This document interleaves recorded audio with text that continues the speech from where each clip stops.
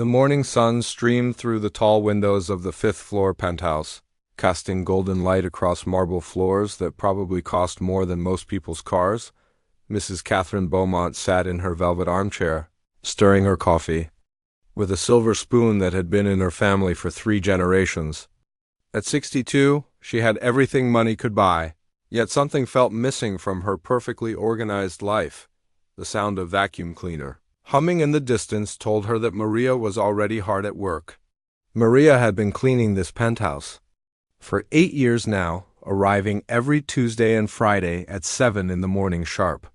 She was the kind of woman who took pride in her work, making sure every surface sparkled and every cushion sat exactly where it belonged. But today was different. Today, Maria had brought her son with her. "I'm so sorry, Mrs. Beaumont," Maria had said earlier, wringing her hands nervously by the front door. "My neighbor who usually watches David got sick, and summer camp doesn't start for another week. I promise he won't touch anything or get in your way." Catherine had simply nodded, though inside she felt a flutter of annoyance. She wasn't used to having children in her space. Her penthouse was designed for quiet elegance, not sticky fingers and loud voices. But Maria was reliable and good help. Was hard to find these days. The boy stood behind his mother, maybe 12 years old, with curious dark eyes that seemed to take in everything around him. He wore a clean but faded t-shirt and jeans that had clearly been mended at the knees. His sneakers squeaked slightly on the polished floors as he followed Maria inside. "What's your name, young man?" Catherine asked, though she wasn't really interested in the answer. "David, ma'am," he replied quietly, his voice barely above a whisper. "Well, David, you can sit over there while your mother works." Catherine pointed to a small chair near the kitchen. "There are some magazines on the side table if you get bored." But David didn't seem interested in magazines. As Maria began her cleaning routine, starting with the guest bathroom, David's eyes kept wandering to the far corner of the living room where Catherine's pride and joy sat in perfect silence. The piano was a masterpiece. A black Steinway grand piano that Catherine had bought 15 years ago when she first moved into the penthouse. She had imagined herself playing elegant pieces for dinner parties, impressing her friends with cultured performances. The reality was quite different. Catherine had taken exactly 6 lessons before deciding that learning piano was harder than she expected. Now the beautiful instrument served mainly as an expensive piece of furniture. Holding family photos and occasionally a vase of fresh flowers, David stared at the piano like other kids might stare at a new video game or a bicycle. They desperately wanted to try. He shifted in his chair, clearly fascinated by the gleaming black surface and the neat rows of white and black keys. "That's a piano," Catherine said, noticing his interest. "Do you know what a piano is?" David nodded eagerly. "Yes, ma'am. My music teacher at school has one, but it's much smaller than this one. And some of the keys don't work anymore." You take music classes?" "Yes, ma'am." "Well, we did until the school cut the music program last month. Too expensive, they said." Catherine felt a small pang of something she couldn't quite identify. "That's unfortunate." As the morning went on, Catherine found herself watching David more than she expected. He tried to sit still and be good, just as his mother had probably instructed him, but his eyes kept drifting back to the piano. She could see him studying it, as if he was trying to memorize every detail. When Maria moved to the bedrooms to change the sheets, David remained in his chair, but Catherine noticed his fingers moving slightly. At first she thought he was just fidgeting. Then she realized he was pressing invisible keys, his hands positioned as if he was actually playing something. "What are you doing?" she asked. David's hands stopped immediately, and his cheeks turned red. "Nothing, ma'am. Sorry. Were you pretending to play piano?" He nodded shyly. "I practice songs in my head sometimes, when I can't use a real piano." Catherine found this oddly touching, though she wasn't sure why. "What songs do you practice?" "All kinds. My teacher showed us some classical pieces before the program ended. And I watch videos online sometimes when our internet is working," the morning continued quietly. Maria worked efficiently through the penthouse, and David sat patiently, though. Catherine caught him several more times, moving his fingers in silent piano practice. She began to wonder what it would sound like if he actually played something during lunch. Catherine ate her usual salad while Maria and David shared sandwiches they had brought from home. Catherine noticed they sat at the small kitchen table, not presuming to use the elegant dining room. David ate quickly, as if he was eager to finish and get back to watching the piano. "Has he ever actually played?" Catherine asked Maria quietly, while David was using the bathroom. "Oh yes, whenever he gets the chance," Maria replied with obvious pride. "At school, during lunch breaks, he would practice on the old piano in the music room. The teacher said he had natural talent, but ... she shrugged sadly. "We can't afford lessons or an instrument at home." "I see." After lunch, something unexpected happened. Catherine's phone rang with a call from her friend Victoria, who was planning a charity dinner for the following month. As Catherine chatted about the event, she wandered into the living room, still talking. "The theme is supporting young artists," Victoria was saying. "We're hoping to raise money for music programs in schools. You know how important the arts are for children's development." Catherine found herself looking at David, who was once again staring at the piano with that same longing expression. "Catherine, are you there?" Victoria's voice came through the phone. "Yes, sorry. That sounds like a wonderful cause." As the afternoon wore on, Catherine couldn't shake the image of David's moving fingers and the way he looked at her piano. She began to feel something she hadn't experienced in years: curiosity about another person's dreams and talents. When 5 o'clock came and Maria finished her work, Catherine found herself reluctant to see them leave. As they gathered their things by the front door, David took one last long look at the piano. "Same time next week?" Maria asked, as she always did. "Yes," Catherine replied. Then, surprising herself, she added, "And David is welcome to come again, if needed." David's face lit up with a smile that made Catherine's chest feel warm in a way she hadn't felt in years. After they left, Catherine walked over to her piano and opened the lid for the first time in months. She pressed one key, then another, listening to the pure, clear notes echo through her empty penthouse. For the first time since buying this magnificent instrument, she wondered what it would sound like in the hands of someone who truly loved music. That night, Catherine found herself thinking about David's eager eyes and moving fingers. She realized that in all her years of wealth and comfort, she had never seen anyone want something as purely and simply as that boy wanted to play her piano. Maybe, she thought as she drifted off to sleep, next week would bring something different to her carefully ordered world. The following Wednesday, Catherine sat in the private dining room of the Riverside Country Club, surrounded by 5 of her closest friends. Well, closest might be too strong a word. These were the women she had lunch with every week for the past 10 years, discussing charity events, their latest purchases, and occasionally their children's achievements. "Rebecca's daughter just got accepted to Harvard," announced Mrs. Patricia Whitfield, adjusting her pearl necklace with obvious pride. "Full scholarship for piano performance. She's been studying since she was 4, you know." Catherine nodded politely, though she had heard this story at least 3 times already. Patricia never missed a chance to mention her daughter's musical talents. "That's wonderful," said Mrs. Helen Morrison, though her tone suggested she was preparing to one-up the story. "My grandson just performed with the youth orchestra at Carnegie Hall, 8 years old and already playing Chopin. His teacher says he's remarkable for his age." The conversation continued as it always did, with each woman trying to outdo the others with stories of their children's or grandchildren's accomplishments. Catherine usually just listened, occasionally commenting on how impressive everything sounded. She had learned long ago that being childless in this group meant being mostly a spectator to these conversations. "What about you, Catherine?" asked Mrs. Dorothy Chun, the newest member of their group. "Any young musicians in your family?" Catherine felt the familiar tightness in her chest that came whenever the conversation turned to family. "No, I don't have children or grandchildren," she said quietly, as she had said countless times before. Oh, I'm sorry, I forgot, Dorothy sighed, looking genuinely embarrassed. An awkward silence fell over the table. Catherine was used to this too. Her friends never quite knew what to say when reminded that she was the only one without a family legacy to discuss.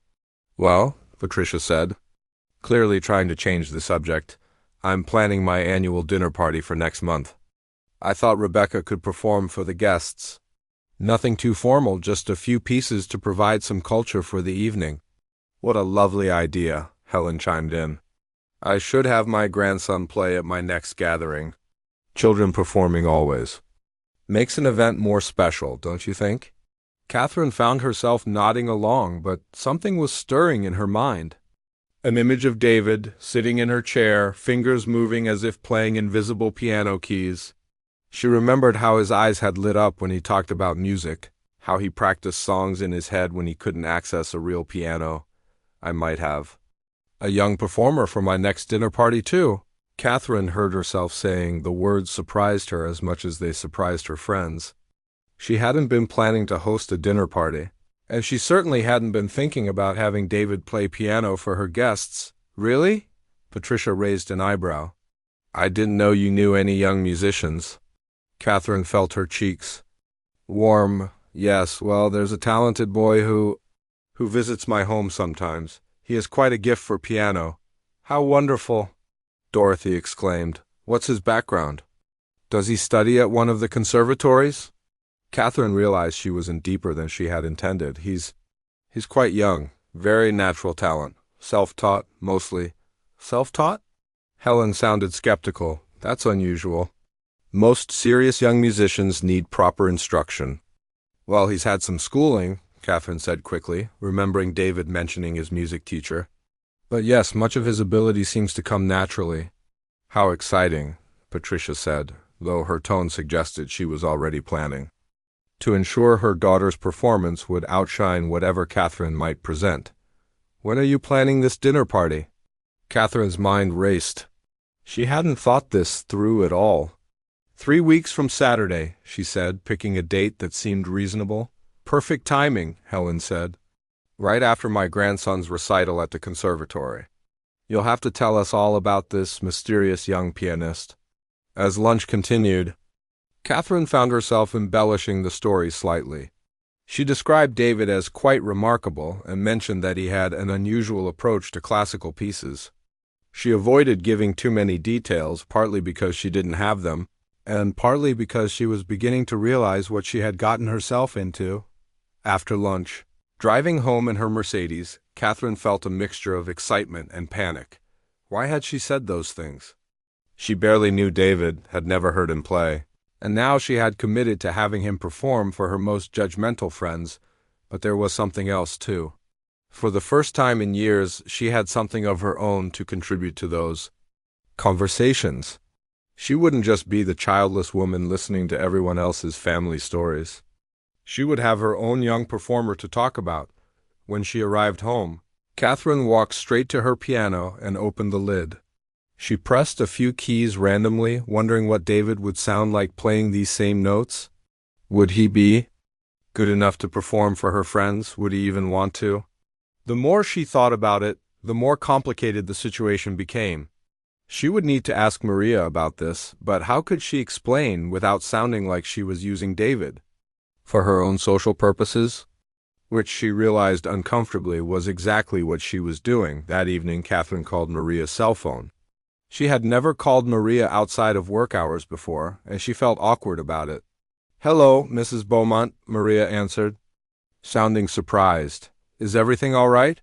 Yes, everything's fine, Catherine said quickly. I was just wondering. About David, you mentioned he plays piano? Yes, he loves music. Why do you ask? Catherine took a deep breath. I'm having a dinner party in a few weeks, and I was wondering if David might be interested in playing a few pieces for my guests. I would pay extra, of course, for the performance. There was a pause on the other end of the line. You want David to play piano at your dinner party? Yes, just a few simple pieces. Nothing too demanding. I thought it might be a nice opportunity. For him, another pause. Mrs. Beaumont, I'm not sure David is ready for something like that. He's never performed for adults before, except his music teacher.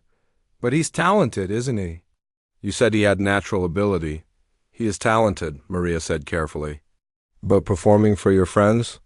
That's very different from playing alone or for his teacher. Are you sure about this? Catherine felt a flutter of doubt, but she had already committed to her friends. I think it would be good for him. A chance to share his gift with others? I'll need to talk to David about it, Maria said. See how he feels about the idea. Course, and Maria? I really do think this could be a wonderful opportunity for him. After hanging up, Catherine sat in her living room looking at the piano. She had never actually heard David play, but she had made promises to her friends based on her assumption that he would be good enough. She thought about the way he had stared at the instrument, the way his fingers had moved as if he was playing. Surely someone with that much passion would be able to manage a simple performance, but as the evening wore on, Catherine began to wonder if she had made a terrible mistake. What if David wasn't as talented as she hoped? What if he was too nervous to perform? What if her friends were disappointed? For the first time in years, Catherine had taken a risk, stepped outside her comfortable routine. She had claimed something for herself in those conversations with her friends. Now she would have to live with the consequences of that decision. She walked to her piano once more before going to bed, running her fingers along the smooth keys. In 3 weeks, this instrument would either help her shine in front of her friends, or it would be the source of her social embarrassment. Either way, her quiet, predictable life was about to change in ways she couldn't yet imagine. The next Friday morning, Maria arrived at Catherine's penthouse with David in tow, but something was different. The usual quiet confidence in Maria's movements seemed replaced by nervous energy, and David looked like he hadn't slept well. He kept his eyes down as they entered, no longer showing his usual curiosity about the elegant surroundings. "Good morning," Catherine said, trying to sound casual despite the butterflies in her stomach. She had been thinking about the dinner party all week, alternating between excitement and worry. "Good morning, Mrs. Beaumont," Maria replied, but her voice was strained. "David has something he wants to tell you." David shifted uncomfortably, still looking at his worn sneakers. "I'm not sure I can play for your friends, ma'am," he said quietly. "I mean, I want to help, but I've never played for grown-ups I don't know before." Catherine felt a sinking sensation in her chest. "But you do play piano, don't you?" "Yes, ma'am. But not like ... not fancy music. I just play songs I hear and try to figure them out myself."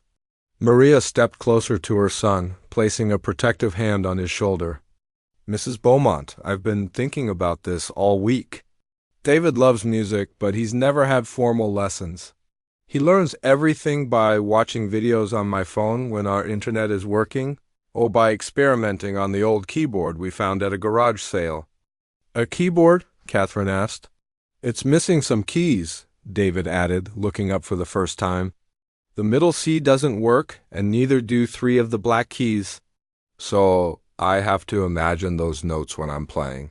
Catherine walked over to her pristine Steinway and pressed the middle C. The note rang out clear and perfect. "This piano has all its keys working," she said, though she immediately realized how silly that sounded. "I know, ma'am, it's beautiful. But that's part of what makes me nervous. What if I break something? What if I play wrong notes in front of your friends?" Maria looked at Catherine with worry in her eyes. "I don't want to disappoint you, Mrs. Beaumont, but maybe this isn't a good idea. David isn't trained like those children your friends probably know. He's just a kid who loves music." Catherine felt her carefully planned evening starting to crumble. But surely he could play something. Simple? Just 1 or 2 songs? David glanced at his mother, then back at Catherine. "I could try, I guess. But I don't know if what I play is the right kind of music for fancy dinner parties. What kind of music do you usually play?" Catherine asked, genuinely curious now. David's face brightened slightly. "All kinds. Sometimes I try to play songs from movies or music I hear on the radio. And I like to take simple songs and make them ... different, more interesting, you know? Different how? Like if I hear a song that's just basic chords, I try to add extra notes that sound good with it." Or I change the rhythm to make it more exciting. Maria smiled proudly despite her worries. He does that all the time. Takes a simple melody and turns it into something completely new. It's amazing to watch. Catherine felt a spark of hope. Maybe David's unconventional approach could actually work in her favor. Her friends were used to traditional recital pieces. Something unexpected might be refreshing. Could you show me? Catherine asked. Just play something, anything, so I can hear what you do. David looked at his mother, who nodded encouragingly. Go ahead, Mio. Show Mrs. Beaumont what you can do. With nervous steps, David approached the piano. He ran his fingers lightly over the keys without pressing them, as if greeting an old friend. Then he sat on the bench and adjusted his position several times. I don't have sheet music, he said apologetically. That's fine, just play whatever feels right. David placed his hands on the keys and began with a simple melody that Catherine recognized as Twinkle. Twinkle, little star. But after just a few notes, something magical happened. David's left hand began adding rich, complex harmonies while his right hand started weaving intricate variations around the basic tune. The simple children's song transformed into something Catherine had never heard before. It was still recognizably Twinkle, Twinkle, but David had turned it into a sophisticated piece that moved from gentle and playful to dramatic and powerful, then back to tender and sweet. Catherine found herself holding her breath. This wasn't just a child playing piano. This was someone who understood music in a way that couldn't be taught from books. When David finished, the penthouse fell silent except for the fading echo of the final notes. David looked up nervously. Was that okay? I know it's just a kid's song, but that was extraordinary, Catherine whispered. And she meant it. Maria's eyes were wide with amazement. She had heard David play at home on their broken keyboard, but hearing him on a real piano was completely different. David, that was incredible. Really? David's face lit up with the first genuine smile Catherine had seen from him all morning. Where did you learn to do that? Catherine asked. David shrugged. I don't know. I just hear how notes sound together, and some combinations feel right and others don't. When I find ones that feel right, I remember them and use them again. Catherine realized she was witnessing something rare. This boy wasn't just playing music, he was creating it, reimagining it, making it his own. Her friends had never heard anything like this. David, she said carefully, would you be willing to play at my dinner party? Not because you have to, but because I think my friends would be amazed by your gift. David looked at his mother, uncertainty still clouding his features. What if they don't like it? What if they expect something more? Proper? Then they don't understand real music, Catherine said firmly, surprising herself with her conviction. What you just played was more beautiful than anything I've heard in years. Maria squeezed her son's shoulder. It's up to you, David, but Mrs. Beaumont is right. What you do is special. David was quiet for a long moment, his fingers absently pressing silent keys. Could I maybe play more than one song? Sometimes one song leads into another, and they fit together better that way. You can play whatever feels right to you, Catherine assured him, and if I mess up, everyone messes up sometimes. The important thing is the music, not perfection. David took a deep breath. Okay, I'll try, but I might need to practice here a few times first, if that's okay, to get used to how this piano sounds. Catherine felt a warmth spreading through her chest. Of course, you can practice here whenever you want. As David played a few more pieces that morning, experimenting with the piano's full range and rich tone, Catherine realized something had shifted. She was no longer thinking about impressing her friends or having something to brag about at lunch. She was genuinely excited to share David's remarkable talent with others, but she was also beginning to understand the weight of responsibility she had taken on. This wasn't just about her dinner party anymore. This was about a young person's dreams and confidence, about a mother's hopes for her child, and about the power of music to change everything. 3 weeks suddenly seemed both too long and not nearly long enough to prepare for what was coming. The evening of Catherine's dinner party arrived with perfect spring weather. The penthouse had been transformed into an elegant dining space, with fresh flowers adorning every surface and candles casting a warm glow throughout the rooms. Catherine had spent the entire day making sure everything was perfect, but her mind kept drifting to David and whether he was ready for what lay ahead. At 6 o'clock, her guests began arriving. Patricia came first, dressed in an expensive black dress and carrying herself with the confidence of someone who expected her daughter's musical reputation to remain unmatched. Helen followed shortly after, talking immediately about her grandson's recent performance at the youth orchestra. "I'm so curious about this young musician of yours," Patricia said as she accepted a glass of wine. "You've been so mysterious about him." Catherine forced a smile. "I think you'll find him quite interesting." By 7 o'clock, all 6 guests had arrived and were seated around Catherine's dining table, enjoying the catered meal she had ordered from the city's finest restaurant. The conversation flowed as it always did, covering the usual topics of charity events, vacation plans, and social happenings. But Catherine could barely focus on the discussion. Her eyes kept drifting to the clock on the wall. Maria and David were scheduled to arrive at 8:30, giving them time to finish dinner and prepare for the performance. Catherine had offered to have David join them for dinner, but Maria had politely declined, saying they preferred to eat at home where David would feel more comfortable. "So tell us about this young pianist," Dorothy said as dessert was being served. "How did you discover him?" Catherine chose her words carefully. "He's the son of someone who works for me. I noticed his interest in music and realized he had genuine talent." "How old is he?" Helen asked. 12. "And where does he study?" Catherine felt her cheeks warm. "He's largely self-taught, actually. Very natural ability." Patricia raised an eyebrow. "Self-taught? That's quite unusual for someone performing at a dinner party." "Well, he's had some school instruction," Catherine said quickly. "But his talent really is quite remarkable." Before anyone could ask more questions, the doorbell rang. Catherine's heart jumped. That must be him now. She hurried to the door, finding Maria and David standing in the hallway. David wore a white, button-down shirt and dark pants that were clearly his best clothes, though they looked a bit too big for his thin frame. His hair was neatly combed, and he carried a small notebook in his hands. "How are you feeling?" Catherine asked him quietly. "Nervous," David admitted, "but I think I'm ready." Maria squeezed her son's hand. "You'll do wonderful, Mio. Just play from your heart like you always do."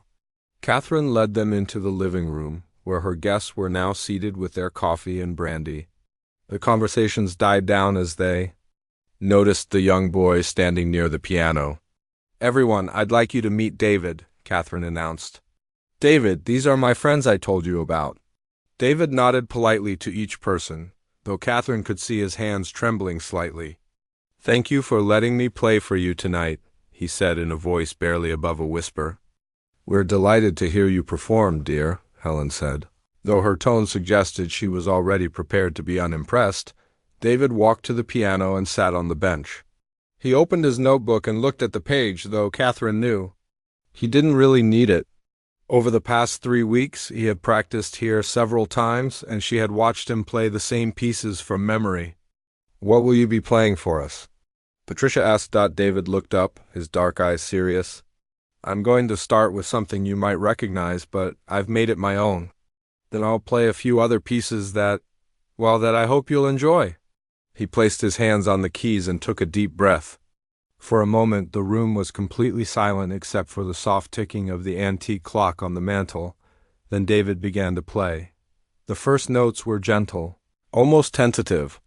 Catherine recognized the melody immediately. It was Für Elise, the famous Beethoven piece that every piano student learns. But as David continued, something extraordinary began to happen. His left hand started weaving in complex bass lines that Beethoven never wrote. His right hand took the familiar melody and began transforming it, adding jazz-influenced runs and unexpected harmonies that made the classical piece sound fresh and modern. Catherine watched her friends' faces change from polite attention to genuine surprise. Patricia's eyebrows rose higher with each passing measure. Helen leaned forward in her chair, her mouth slightly open, but David was just getting started. As he reached the end of the Beethoven piece, instead of stopping, he seamlessly transitioned into something completely different. The classical structure dissolved into what sounded like a movie soundtrack. Dramatic, emotional, and entirely his own creation, the music swelled and retreated like ocean waves. Sometimes it was gentle and contemplative, other times powerful and urgent. David's hands moved across the keys with increasing confidence, and Catherine could see him beginning to forget about his audience, losing himself in the music the way she had seen him do during practice sessions. "My goodness," Dorothy whispered to the person sitting next to her. But even her whisper seemed too loud in the face of what they were hearing. David transitioned again, this time into a piece that started with a simple melody but quickly became something much more complex. His left hand played a walking bass line that would have impressed a jazz pianist, while his right hand danced through variations that seemed to pull emotions from the air itself. Catherine found herself thinking about all the time she had sat at this same piano, struggling through basic exercises during her 6 piano lessons. She had thought learning piano meant reading notes on a page and hitting the right keys at the right time. But David was showing her something completely different. He was showing her that music wasn't about perfect technique or following rules. It was about expressing something that lived inside you, something that couldn't be put into words. The room was completely silent except for the piano. Even the traffic noise from the street below seemed to have stopped. Catherine's guests sat transfixed, their earlier conversations about their own children's musical accomplishments forgotten. David's music continued to evolve, moving through different moods and styles as if he was taking them on a journey through his own imagination. Sometimes the melody was recognizable, a hint of a classical piece, a fragment of a popular song, a touch of gospel or blues. But everything was filtered through his unique musical vision, transformed into something entirely new. As the performance continued, Catherine realized that something profound was happening. This wasn't just a 12-year-old boy playing piano.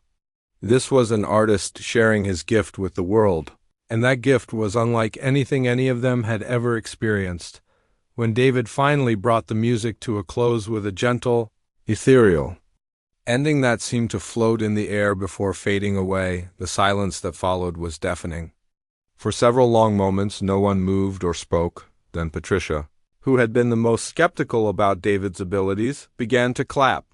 The others quickly joined in, their applause filling the room with genuine enthusiasm. David looked up from the piano, his face flushed with exertion and emotion.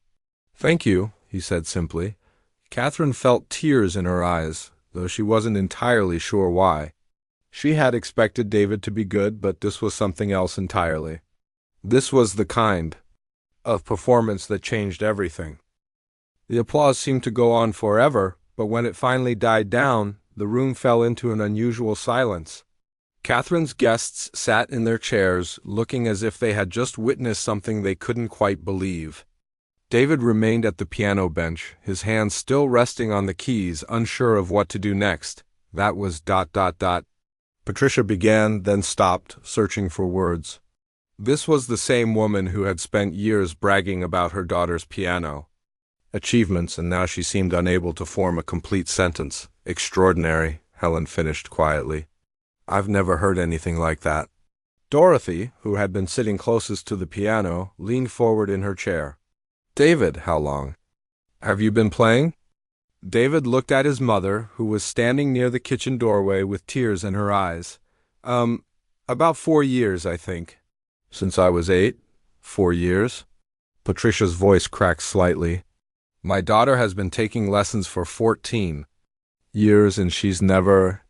I mean, she's very good, but what you just did... Where did you learn to play like that?"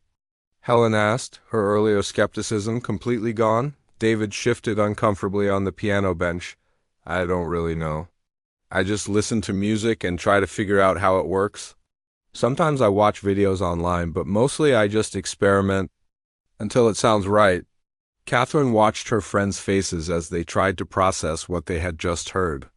These were women who had spent countless hours driving their children to piano lessons, paying for expensive instruction, attending Recitals where young performers played note-perfect renditions of classical pieces. But none of their children, despite years of formal training, could do what David had just done. "But the way you improvised," Dorothy continued, "the harmonies you created, that's not something you can just figure out on your own. That requires understanding music theory, composition." "I don't know about music theory," David said honestly. "I just know what sounds good together and what doesn't." Dr. Elizabeth Chan, Catherine's quiet friend who rarely spoke much at these gatherings, suddenly stood up from her chair. "David, may I ask you something?" "Yes, ma'am." "When you were playing, you transitioned between different pieces, different styles. How did you decide when to change? How did you know what came next?" David thought for a moment. "The music just tells me where it wants to go. Like, when one part feels finished, I can hear what should come after it." Elizabeth's eyes widened. She turned to Catherine with an expression of amazement. "Catherine, do you realize what you've just shown us?" "I'm not sure I understand," Catherine replied, though she could see that Elizabeth was more excited than she had ever seen her. "I teach music at the university," Elizabeth explained to the group. "I've been working with gifted young musicians for over 20 years. What David just did, the improvisation, the musical intuition, the ability to seamlessly blend different styles, that's not just talent. That's genius." The word hung in the air like a bell that had been struck. Genius. "I'm sorry," Patricia said, looking confused. "Genius might be a strong word." "He's very talented, certainly, but—" "No," Elizabeth interrupted firmly. "I know what I'm talking about. I've worked with child prodigies, students who've gone on to perform at Carnegie Hall, musicians who now play with major orchestras. What David just demonstrated is beyond anything I've seen in years." Maria stepped forward from the kitchen doorway, her face a mixture of pride and worry. "Dr. Chun, that's very kind of you to say, but David has never had real lessons." "He can't even read music very well?" "That makes it even more remarkable," Elizabeth said, turning to face Maria. "Mozart couldn't read music when he was very young either, but he could compose symphonies in his head. Some of the greatest musicians in history were largely self-taught." Catherine felt something shifting inside her chest, like puzzle pieces, clicking into place. She had been thinking about David as a nice boy with a hobby, someone who might provide entertainment for her dinner party. But now she was beginning to understand that she had stumbled upon something much more significant. "David," Elizabeth said, sitting back down and speaking directly to him, "have you ever thought about studying music seriously? I mean, really studying it?" David looked at his mother, then back at Elizabeth. "I'd like to, but we can't afford lessons, and besides, I don't know if I'm good enough for real music school." "Not good enough?" Elizabeth laughed, but it wasn't a mocking laugh. It was the laugh of someone who had just heard something absurd. "David, you have more natural musical ability than most of my graduate students." "But I play everything wrong," David protested. "I don't follow the rules. I change things that are supposed to stay the same." "You don't play wrong," Elizabeth said firmly. "You play with creativity and intuition. That's not something that can be taught. That's something you're born with." Catherine found herself studying David with new eyes. She had been focused on how his performance would reflect on her, but now she was seeing him as Elizabeth saw him, as a young person with an extraordinary gift that deserved to be nurtured and developed. "Dr. Chun," Catherine said slowly, "what? Would someone like David need to develop his talent properly?" "Proper instruction, access to good instruments, opportunities to perform and learn from other musicians," Elizabeth replied. "And eventually, if he's interested, he could audition." "For specialized music programs?" "What kind of programs?" Maria asked, stepping closer to the group. "Well, there are several excellent conservatory programs for young musicians. The one I'm most familiar with is the pre-college program at Juilliard. It's for exceptionally gifted students who want serious musical training while still completing their regular education." "Juilliard?" Maria's voice was barely a whisper. "That's for that's for the best musicians in the world." "Exactly," Elizabeth said.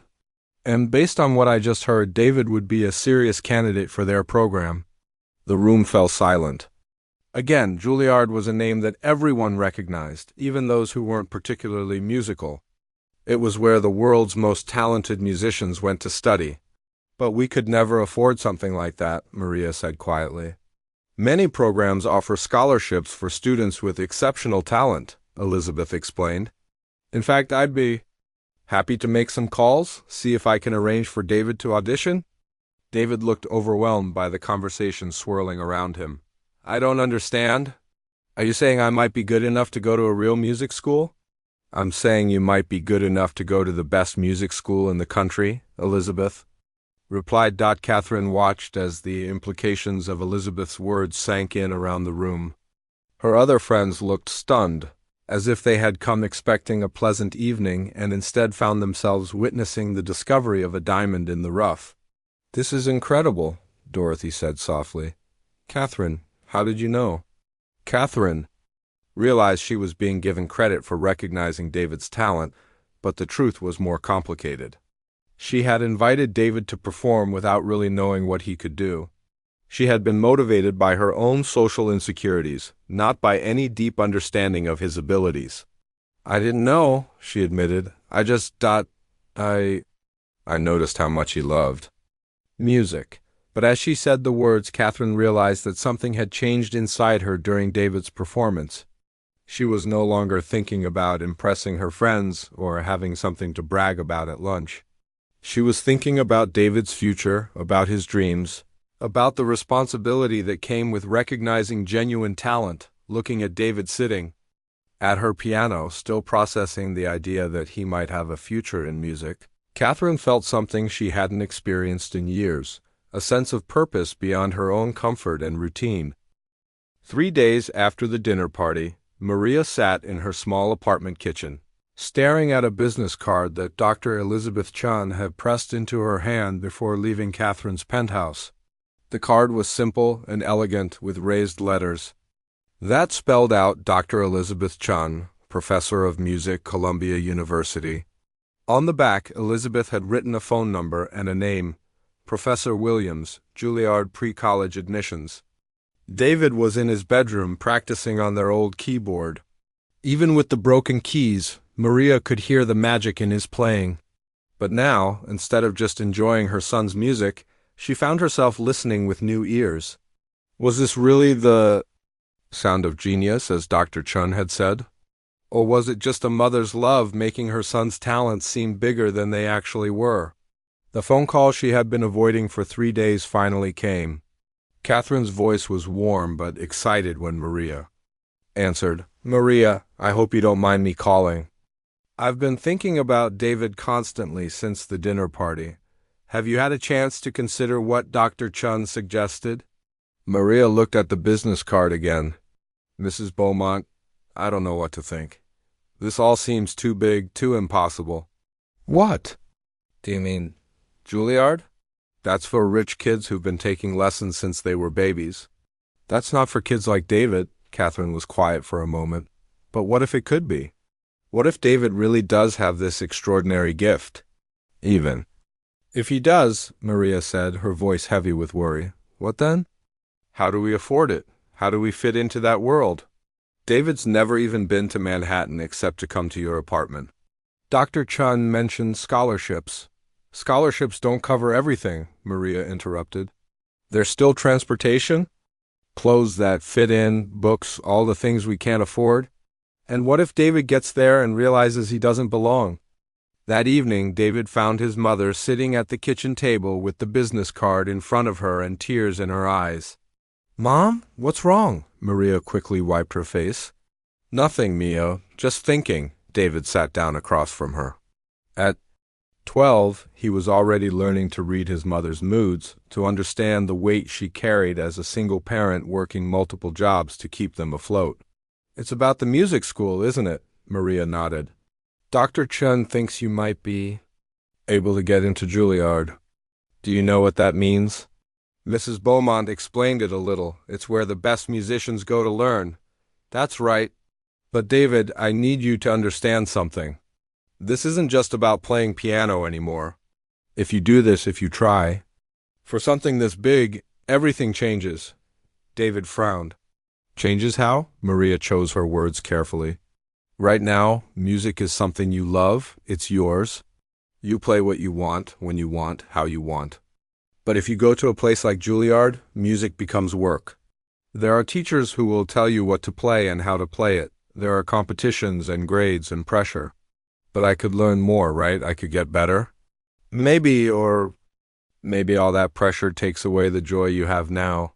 Maybe trying to be perfect makes you forget why you loved music in the first place.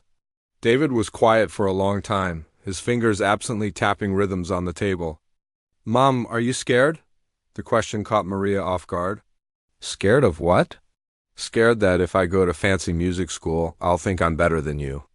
That I'll be embarrassed of where I come from. Maria felt her heart break a little. Oh, David. No, that's not. Maybe a little.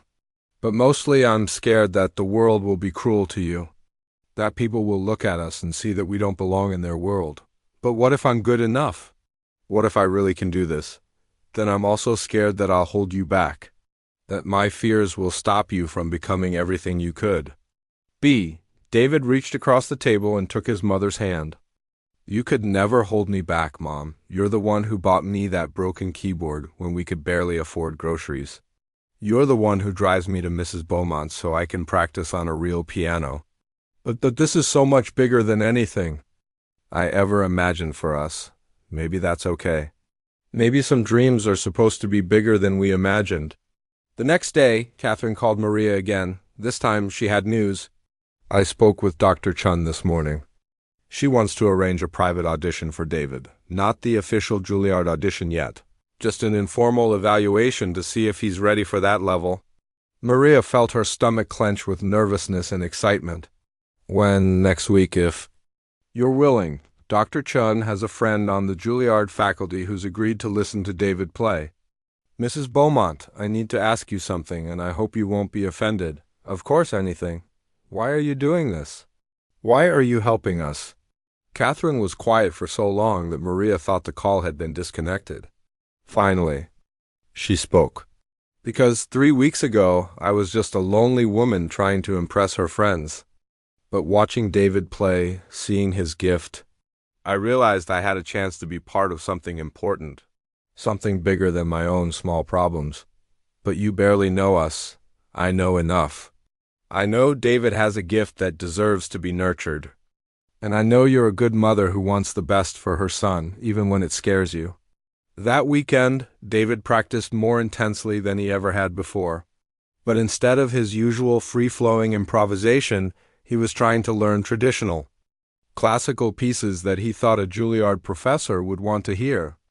Play something you love, Maria suggested after watching him struggle with a batch piece he had found online. But what if what I love isn't good enough? David, remember what made Dr. Chun notice you? It wasn't because you played like everyone else. It was because you played like yourself. David nodded, but Maria could see the pressure was getting to him. For the first time since he was 8 years old, her son looked nervous when he sat down at a piano the night before the audition. David couldn't sleep. He came into the kitchen where Maria was reviewing her work schedule, trying to figure out how to take time off for the audition without losing pay. Mom, what if I'm not as good as everyone thinks? What if that night at Mrs. Beaumont's was just luck? Maria looked at her son, this boy who had taught himself to play piano by ear, who could take any melody and transform it into something beautiful, who had moved a room full of sophisticated adults to tears. David, let me tell you something. When you were 8 and I first heard you play on that broken keyboard, I cried. Not because you were perfect, but because I could hear your heart in the music. That's still there. That's what makes you special. But what if it's not enough? Then we'll figure out what comes next. But David, win or lose, I need you to promise me something. What? Promise me you won't let anyone take away your joy in music? No matter what happens tomorrow, no matter what any teacher or professor says, remember that music chose you first. It was yours before anyone else knew about it, and it will always be yours.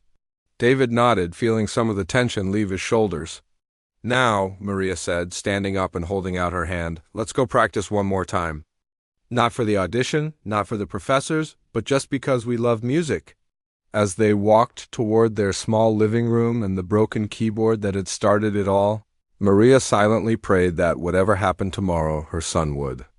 Remember this moment, when music was still pure joy, before the world tried to make it into something else.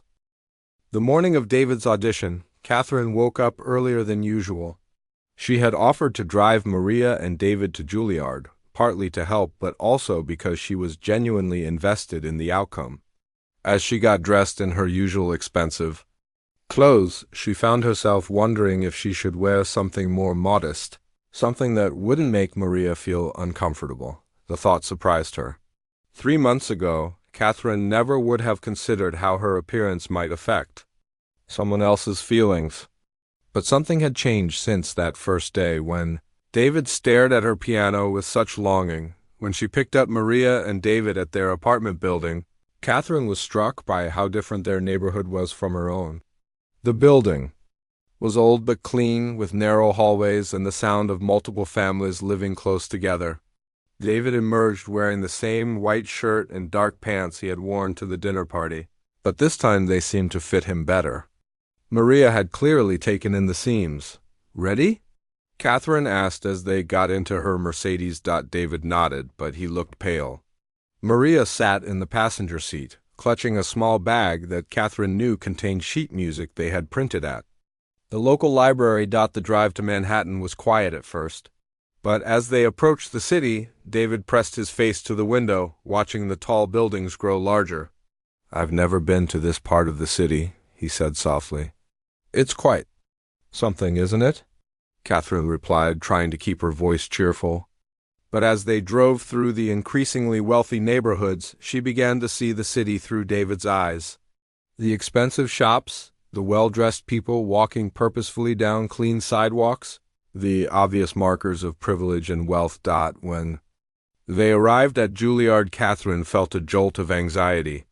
The building was imposing, with its modern glass facade and the knowledge that inside were some of the most talented young musicians in the world.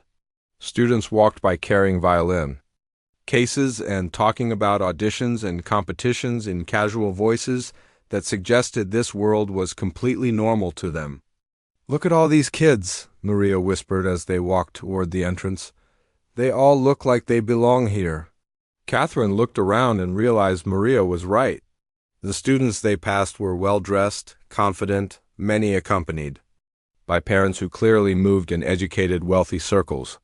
She heard conversations about summer programs in Europe, private lessons with famous teachers, and upcoming performances at prestigious venues.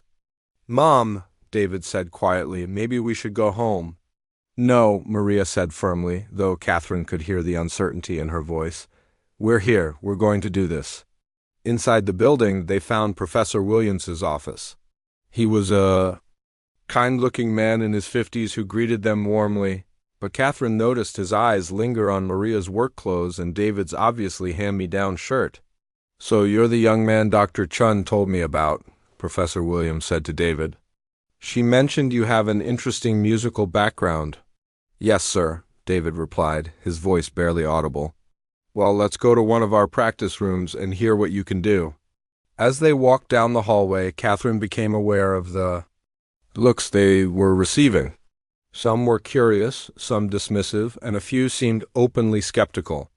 She found herself walking closer to Maria and David, as if she could somehow shield them from the judgment she saw in other people's eyes. The practice room contained a beautiful grand piano, similar to Catherine's, but somehow more intimidating in this setting. David sat at the bench and placed his hands on the keys, but then froze. Take your time, Professor Williams said gently. David looked at his mother, then at Catherine, then back at the piano. I'm not sure what you want me to play. Whatever feels right to you, Professor Williams replied. Dr. Chin mentioned that you improvise? Yes, sir, but I don't know if that's the right kind of music for here. Catherine watched as David struggled with something she was only beginning to understand. This wasn't just about playing piano. This was about a 12-year-old boy trying to figure out if his way of making music was acceptable in a world that seemed to have very specific rules about what constituted proper musical education. "David," she found herself saying, "remember the night at my apartment? Just play the way you played then." David nodded and began with a simple melody, but Catherine could tell he was holding back. His usual confidence was replaced by careful, tentative playing. He was trying to be what he thought they wanted instead of being himself. After a few minutes, Professor Williams stopped him. "That's very nice, but Dr. Chun told me you could do something quite extraordinary. Would you be willing to show me what she meant?" David looked confused. "I don't understand. She said you take music and make it your own? That you have an intuitive understanding of harmony and melody that can't be taught. I'd like to hear that if you're comfortable sharing it." Something shifted in David's posture. Slowly, he began to play the way Catherine remembered from that magical evening. The music flowed from his fingers with growing confidence, transforming from simple melodies into complex, beautiful compositions that seemed to come from somewhere deep inside him. Professor Williams's expression changed completely. He moved closer to the piano, listening intently as David wove together different musical styles and created harmonies that shouldn't have worked but somehow did. When David finished, the room was silent for a long moment. "Remarkable, Professor," Williams said finally. "Dr. Chun was right. This is quite exceptional." But then his expression grew more serious. "However, I need to be honest with you about what admission to our program would mean. The technical requirements are substantial. David would need intensive theory training, formal sight-reading skills, and familiarity with classical repertoire." "We understand," Maria said quickly. "David is a hard worker. He can learn whatever he needs to learn." "I'm sure he can," Professor Williams replied. "But there are other considerations as well. Our program is quite expensive, even with scholarships. And the social environment. It can be challenging for students who don't come from musical families." Catherine felt something hot rise in her chest. "What exactly do you mean by that?" Professor Williams looked uncomfortable. "Well, many of our students have been immersed in classical music culture their entire lives. Their parents are musicians, or at least deeply involved in the arts community. They speak the language, understand the expectations. And you think David can't learn that language?" Catherine asked, her voice sharper than she intended. "It's not about capability," Professor Williams said carefully. "It's about fit. About whether a student will be comfortable in our environment." Maria stood up suddenly. "You're saying my son doesn't belong here because we're not rich enough or educated enough." "I'm not saying that at all," Professor Williams protested. "I'm simply trying to prepare you for the reality of what this program involves." Catherine looked at David, who was sitting silently at the piano bench, his shoulders slumped. She realized that in a matter of minutes, the joy and confidence he had found in his music was being systematically dismantled by subtle suggestions that he wasn't the right kind of person for this world. "Professor Williams," Catherine said, standing up as well, "with all due respect, what I just heard was extraordinary musical talent. Isn't that what matters in a music school?" "Of course, but—" "No buts," Catherine interrupted, surprising herself with her firmness. "David has a gift that your program claims to nurture. If your concern is about financial resources, that can be addressed. If your concern is about cultural fit, then maybe it's your culture that needs to change, not David." Professor Williams looked taken aback by Catherine's directness. "Mrs. Dot, I'm sorry, I didn't catch your name." "Catherine Beaumont, and I'm going to make this very simple. David has the talent for your program. If there are barriers to his admission or success, I'm prepared to help remove them, all of them." The room fell silent. Catherine realized she had just made a commitment that would change not only David's life, but her own. She was no longer just a wealthy woman helping out with a nice gesture. She was taking responsibility for a young person's dreams. Looking at David's surprised face and Maria's grateful tears, Catherine understood that sometimes the most important moments in life happen when you stop thinking about yourself and start thinking about what really matters. 6 months later, Catherine sat in the elegant red velvet seats of Lincoln Center, her heart beating faster than it had in years. The program in her hands read Juilliard Pre-College Young Artist Showcase, and there, listed among the promising young musicians, was David Rodriguez. The journey to this moment had been anything but simple. After that tense audition with Professor Williams, Catherine had made good on her promise to remove barriers. She had written checks for tuition, arranged for transportation, and even helped Maria find a better-paying job with flexible hours so she could attend David's lessons and rehearsals. But money, Catherine had learned, was the easy part. The real challenges had come in ways she never expected. There was the day David came home from his first theory class in tears, because a classmate had asked if he was there on charity. There was the week when David wanted to quit because he felt like he would never catch up with students who had been reading music since they were 5 years old. Catherine remembered the phone call from Maria during David's second month at Juilliard. "Mrs. Beaumont, I don't know if this is working. David is so stressed, and some of the other parents, they make it clear we don't belong." That had been Catherine's wake-up call. She realized that writing checks wasn't enough. She needed to be present, to advocate, to show up in ways that mattered. So she had started attending David's lessons, not as a benefactor but as someone who genuinely cared about his progress. She had gone to parent meetings, where her presence gradually shifted how other families interacted with Maria. She had even confronted a particularly snobbish mother who had made a cutting remark about charity cases within David's earshot. "My name is Catherine Beaumont," she had said firmly that day, "and David is one of the most talented musicians I've ever encountered. If your concern is about who belongs here, I suggest you listen to him play before making judgments." Now, sitting in Lincoln Center, Catherine thought about how much had changed.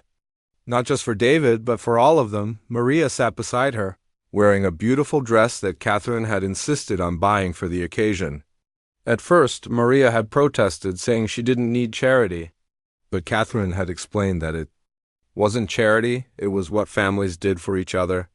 And somehow, over these months, that's what they had become. "An unlikely family? Are you nervous?" Catherine whispered to Maria as the lights began to dim. "Terrified," Maria whispered back, but she was smiling. "I still can't believe he's really here, about to perform at Lincoln Center." The first few performers were impressive: a young violinist who played with technical perfection, a cellist who brought elegant emotion to a Bach suite. Catherine found herself thinking about her old dinner parties, when her friends would brag about their children's musical accomplishments. Those achievements seemed so small now compared to what David had overcome to reach this stage. When David's name was announced, Catherine felt Maria grip her hand tightly. David walked onto the stage, and Catherine was struck by how much he had grown, not just physically but in confidence. He wore a black suit that actually fit him properly, but more importantly, he carried himself with the quiet assurance of someone who knew he belonged exactly where he was. He sat at the grand piano and adjusted the bench, taking a moment to look out at the audience.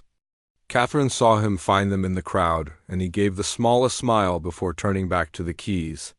"Tonight I'm going to play a piece I wrote myself," David announced, his voice clear and strong. "It's called The Journey Home, and it's about discovering that home isn't always where you start, but sometimes where you end up when you follow your dreams." Catherine felt tears prick her eyes. This was so different from that nervous boy who had been afraid to touch her piano just 8 months ago. David began to play, and immediately Catherine knew this performance would be special. The music started quietly, with a simple melody that sounded like a child humming alone. But as the piece developed, it grew more complex, weaving in elements that told a story. Catherine could hear David's journey in the music. There were moments that sounded like struggle, sections that felt like doubt and fear, but there were also passages of soaring beauty that spoke of dreams taking flight, of discovering strength you didn't know you had. The audience was completely silent, drawn into David's musical storytelling. Catherine noticed that even the other young performers, who had seemed somewhat aloof earlier, were leaning forward in their seats, captivated by what they were hearing. As the piece continued, David incorporated elements from his classical training, proper harmonies and structures he had learned at Juilliard, but he filtered everything through his own unique musical voice. This wasn't a boy trying to fit into someone else's musical box. This was an artist who had taken the best of formal training and made it serve his own creative vision. The music swelled to a triumphant climax that made Catherine think of David's first day at Juilliard, when he had walked through those intimidating doors despite his fear. Then it settled into a gentle, peaceful resolution that spoke of finding your place in the world. When the final notes faded away, the silence seemed to last forever. Then the applause began, starting slowly but building to something thunderous. Catherine looked around and saw people wiping their eyes, saw fellow musicians nodding with genuine respect. David stood and bowed, his face glowing with the kind of happiness that comes from sharing something you love with others who understand its value. As the applause continued, Catherine thought about the conversations she'd had with her old friends recently. Patricia's daughter was still playing piano, but she had never composed her own music. Helen's grandson was talented, but he only played what his teachers assigned. None of them had what David had, the ability to take music and make it speak directly from the heart. After the performance, Catherine, Maria, and David went to a small restaurant nearby to celebrate. It was the kind of place Catherine would never have thought to visit before, simple, unpretentious, but warm and welcoming. "I'm so proud of you," Maria said to David, her eyes still bright with tears.